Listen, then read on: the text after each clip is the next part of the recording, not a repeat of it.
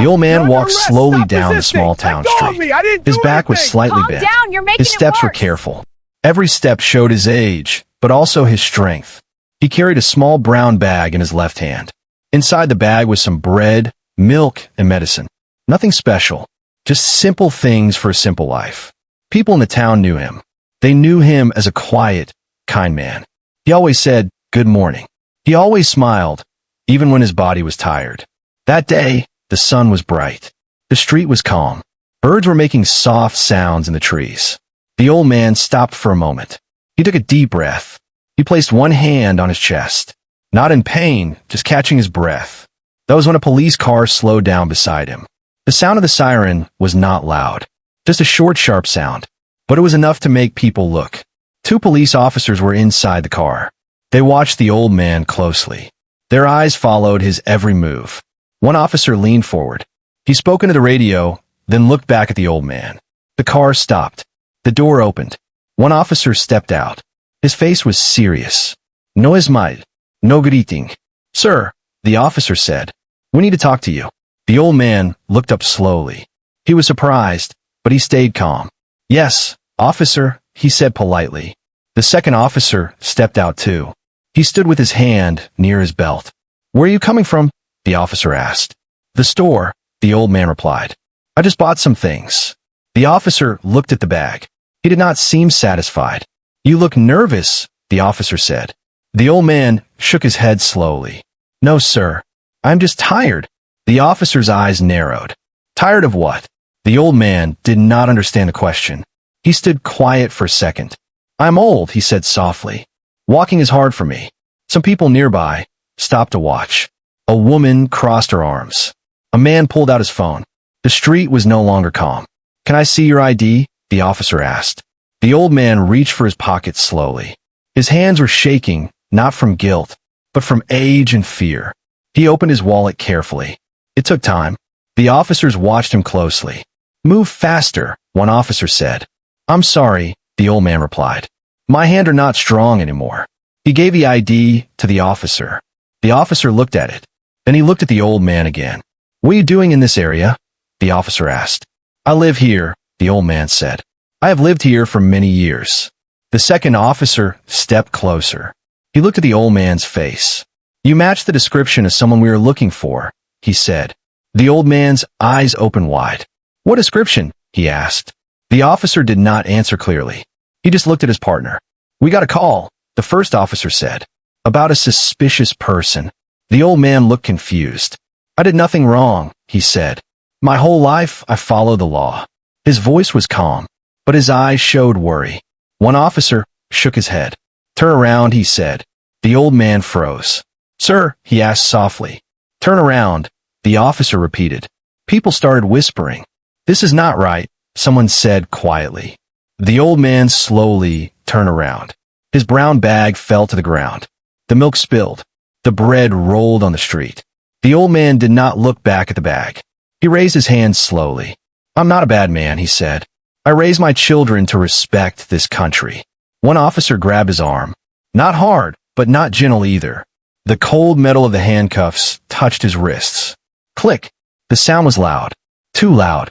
The old man closed his eyes for a moment. People gasped. "Why are you doing this?" the old man asked. "For your safety," the officer said. The old man opened his eyes. "For my safety," he repeated quietly.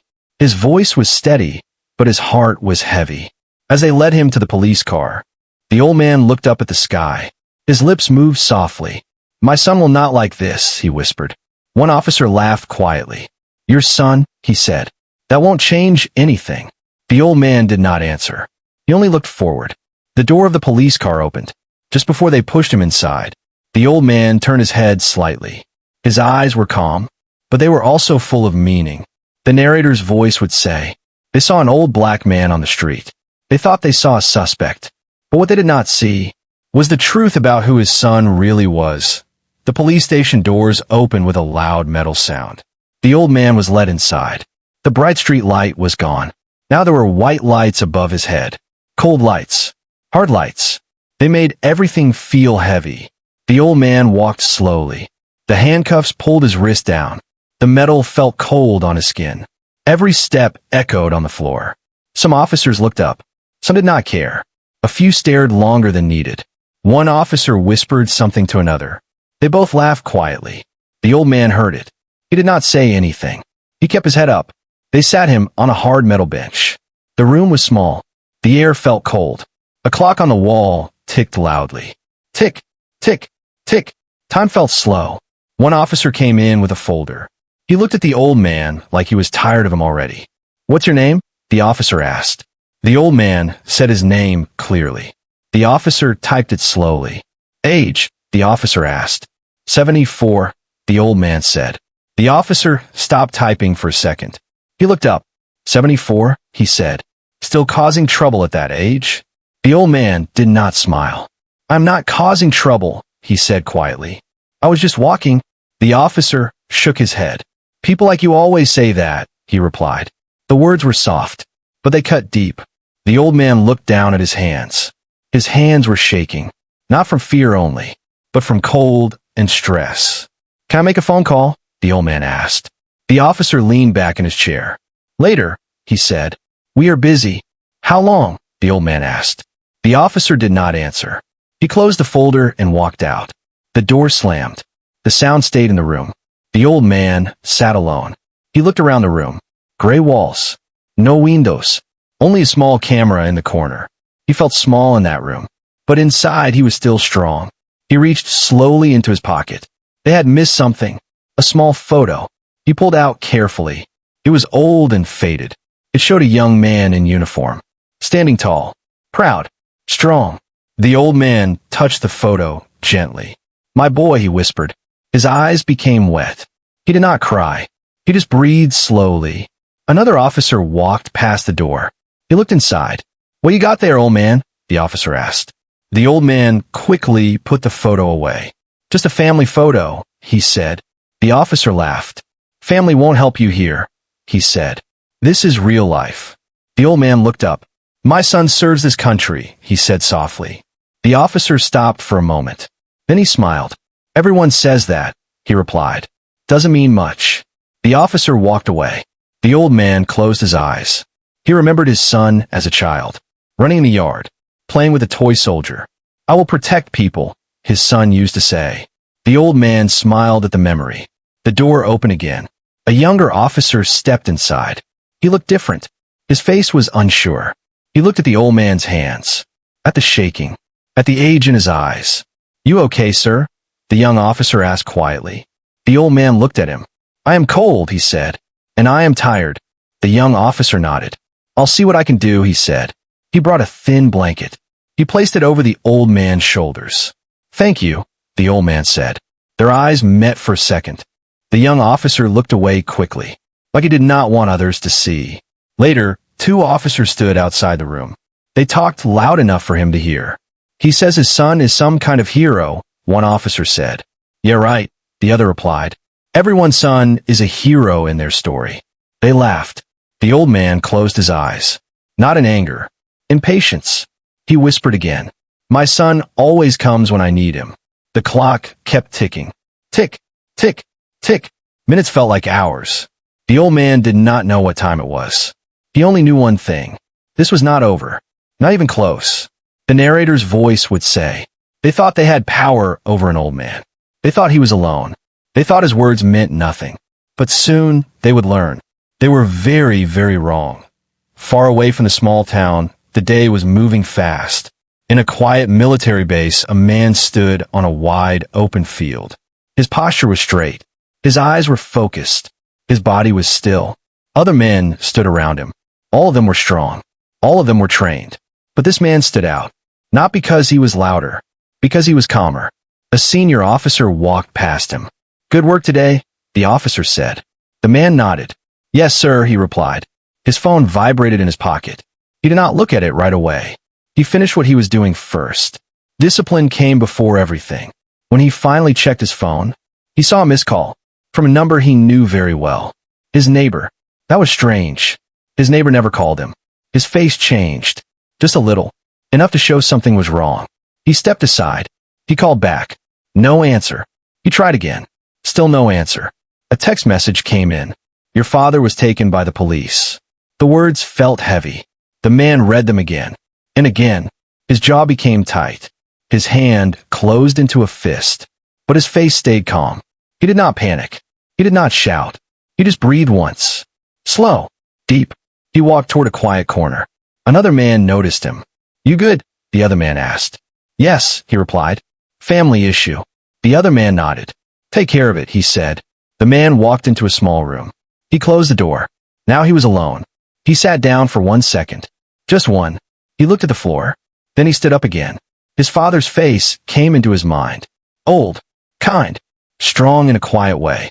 The man remembered his father's words. Stay calm. Think first. Act second. He picked up his phone again. He called the police station number his neighbor sent him. The phone rang. Once. Twice. A voice answered. Police station, the voice said. This is ___, the man said. I'm calling about my father. What's his name? The officer asked. The man gave the name. There was a short pause.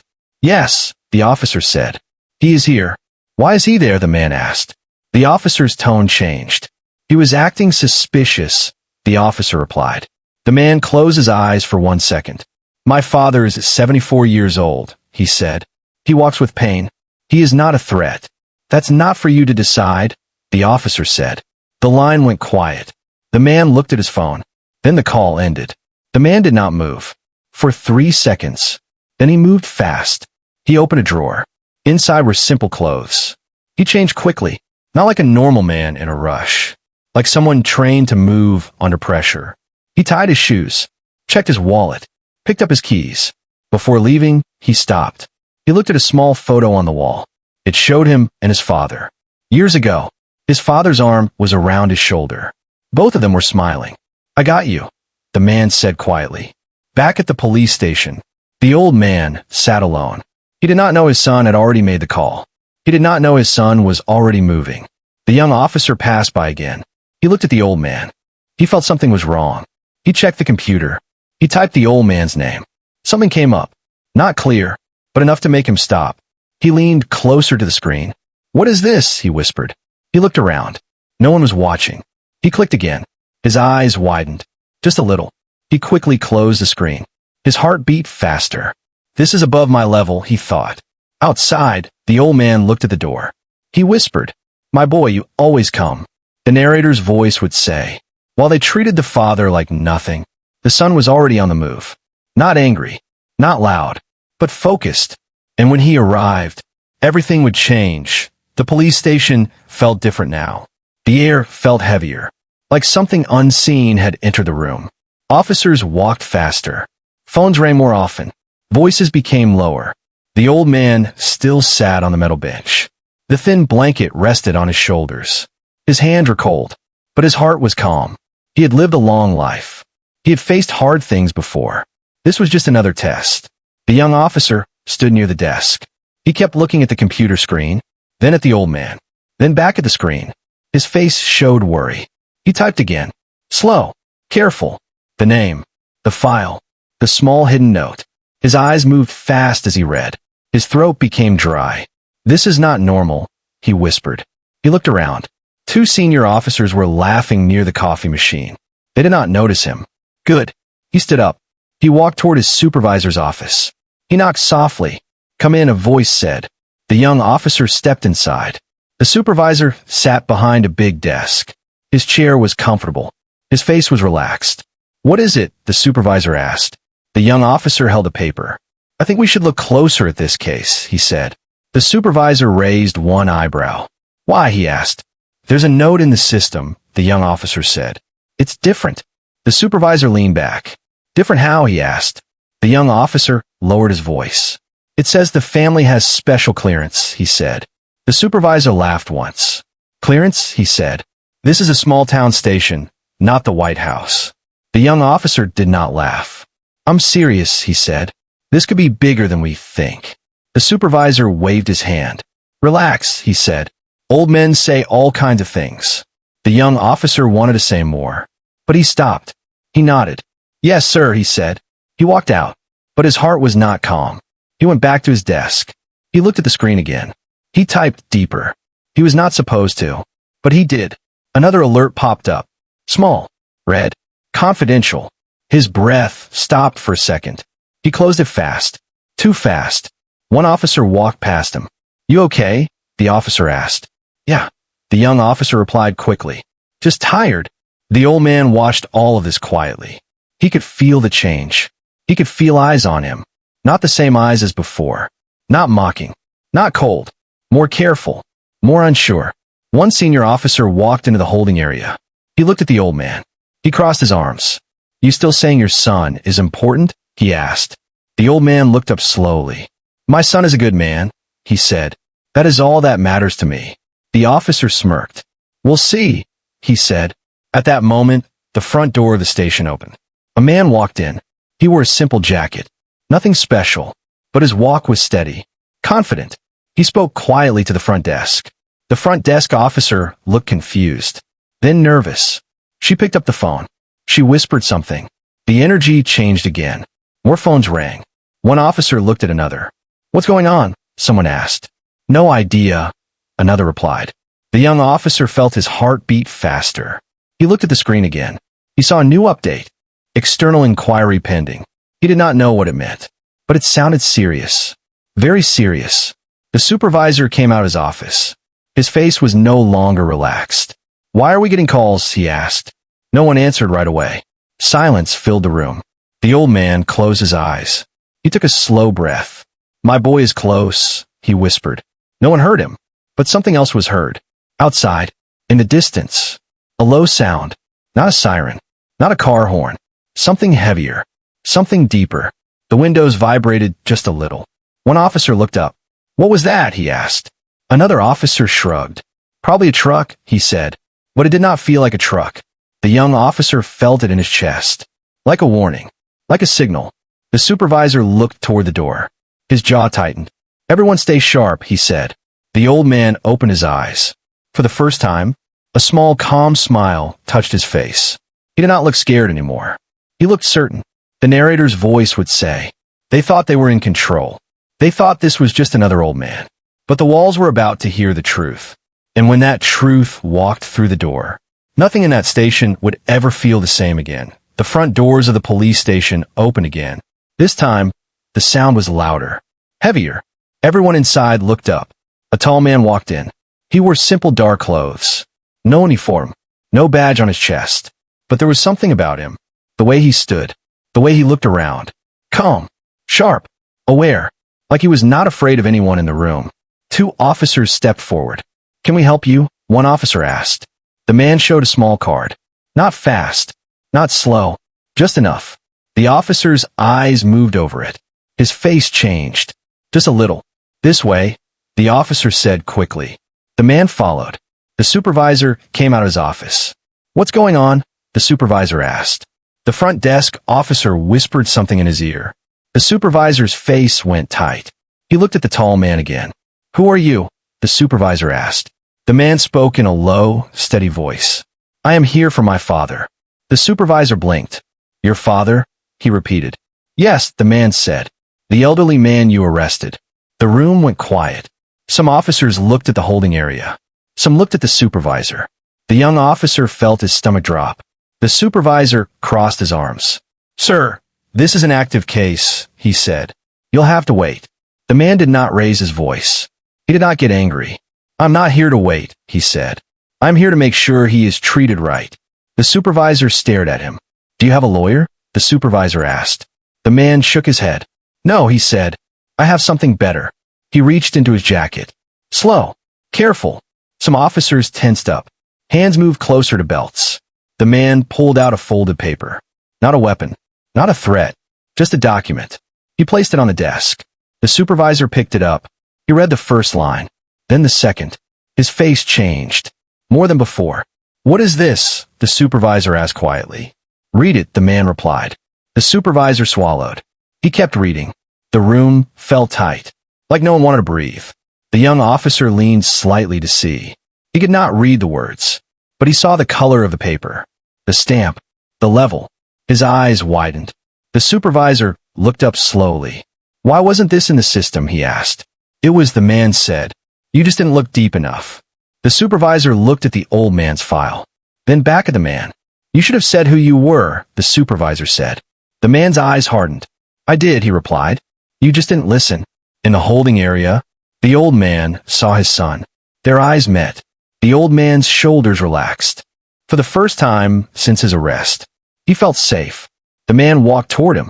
The officers stepped aside. No one stopped him. He stood in front of his father. Are you okay? The man asked softly.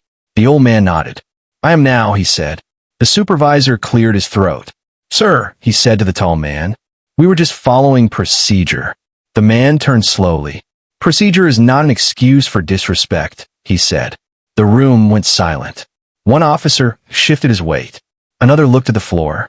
The young officer felt proud. Someone was finally saying it. The supervisor looked nervous. What is your position? He asked carefully. The man did not answer right away. He looked at his father first, then back at the supervisor. I serve this country, he said. That is all you need to know for now.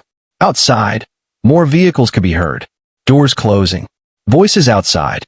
Not loud, but firm. Professional. The supervisor looked toward the windows. What is happening? He asked. The man's voice was calm.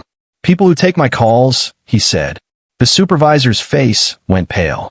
The old man reached out. He touched his son's arm. Easy, son, the old man said. I raised you to stay humble. The man nodded. Yes, sir, he said softly. The supervisor took a deep breath. We will review this case immediately, he said. There may have been a misunderstanding. The man looked at him. A misunderstanding does not put handcuffs on a 74-year-old man, he said. No one argued. No one laughed. The power in the room had shifted. The narrator's voice would say, they thought they had the upper hand. They thought they controlled the room. But now, the room belonged to the truth. And the truth had just walked in. The police station was no longer loud. It was quiet. Too quiet. The kind of quiet that comes when people know something serious is happening. The supervisor stood still. He looked at the tall man, then at the old man, then back at the papers on his desk. His hands were shaking a little. We will review everything, the supervisor said. Right now? The tall man nodded once. Good, he said. That is where this should have started. Two senior officers were called into the room. They stood in a line. Their faces were serious. No jokes. No smiles. The supervisor spoke slowly. Pull the body cam footage, he said. I want to see everything. One officer typed on the computer. The screen showed video. The room watched. They saw the street. They saw the old man walking. They saw the questions. They saw the tone. They saw the moment the handcuffs went on. No one spoke. The young officer felt his chest tighten. This doesn't look good, someone whispered. The supervisor cleared his throat. Pause it, he said. He looked at the officers who made the arrest. Is this how we treat people in this town? He asked. One officer crossed his arms. He matched a description, the officer said. The tall man stepped forward. What description? He asked calmly. The officer did not answer. He looked away. The supervisor's voice became harder. Answer him, he said. The officer shifted. We got a vague call, he said. No clear details. The room felt heavy. So you cuffed a 74-year-old man on a vague call? The tall man asked. No answer. The supervisor looked angry now. That is not acceptable, he said. The old man sat quietly. He did not speak. He did not need to. The truth was speaking for him. Remove the cuffs, the supervisor said. One officer walked to the holding area. He unlocked the handcuffs. Click. The sound was soft this time. The old man rubbed his wrists slowly. They were red. The tall man helped his father stand. Take it slow, he said. I'm all right, the old man replied. I'm just glad to stand free. Some officers looked ashamed. Others looked confused. The supervisor took a deep breath. This will be reported, he said. Internal review will begin today. One of the arresting officers looked upset. You're really doing this? He asked. Yes, the supervisor replied. I am. The tall man spoke again. This is not about revenge, he said. This is about respect and the law. The young officer nodded quietly. He felt proud to hear that. A senior officer from another department walked in. He wore a different badge. Higher rank. Everyone stood up straight. What do we have? The senior officer asked. The supervisor explained. Short, clear, serious. The senior officer listened. Then he looked at the tall man. Sir, he said, thank you for bringing this to our attention. The tall man nodded. I didn't bring it, he said. You created it. The senior officer did not argue. That is fair, he said. The arresting officers were asked to step aside. Their faces were pale. They knew what this meant. Their actions were now on record. Their words were now on video. The old man looked at them. No anger. No hot. Just calm. I hope you learn from this, he said quietly, so you don't hurt someone else's father. The words hit harder than shouting. One officer looked at the floor. The supervisor turned to the old man. Sir, he said, I apologize for what happened to you here. The old man nodded slowly. I accept your apology, he said. But remember, not everyone has a son who can walk in like this. The room went silent again. The truth of those words stayed in the air. The tall man placed his hand on his father's shoulder. You taught me to stand up for what is right, he said. Today, I am standing for you. The old man smiled. You always stood for others, he said. Today, you stood for me. The senior officer looked around. This case will be reviewed at the highest level, he said. There will be consequences. The power had fully shifted now. The police station was no longer a place of fear. For this moment, it was a place of truth. The narrator's voice would say, they put chains on an old man. They thought no one would speak for him. But they forgot one thing. Some fathers raise sons who do not stay silent. And when those sons stand up, the whole system has to listen. The news did not stay inside the police station. It moved fast. Too fast. By the next morning, people in town were talking. Phones buzzed. Messages were shared. Short videos appeared online. People saw the old man's face.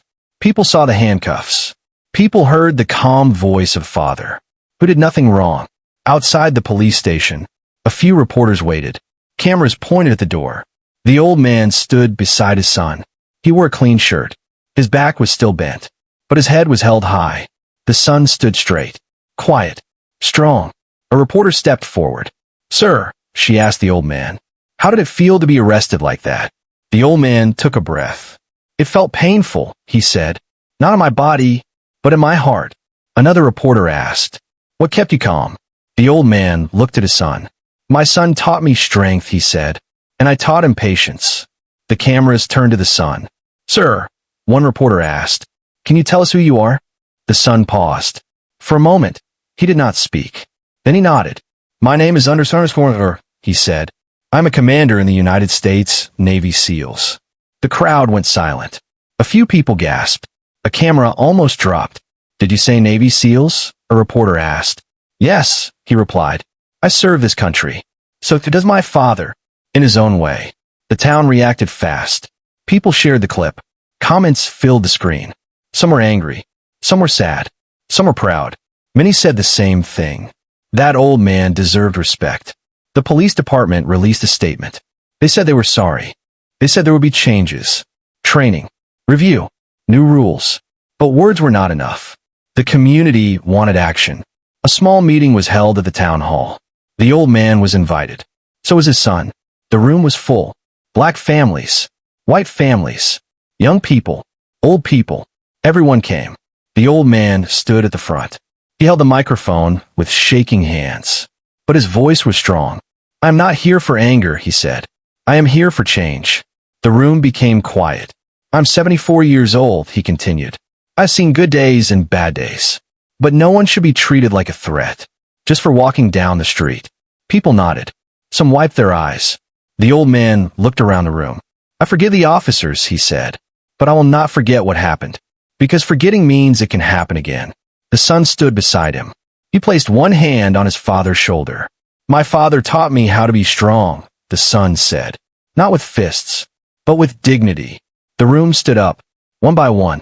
People clapped. Not loud, but long. The sound filled the room.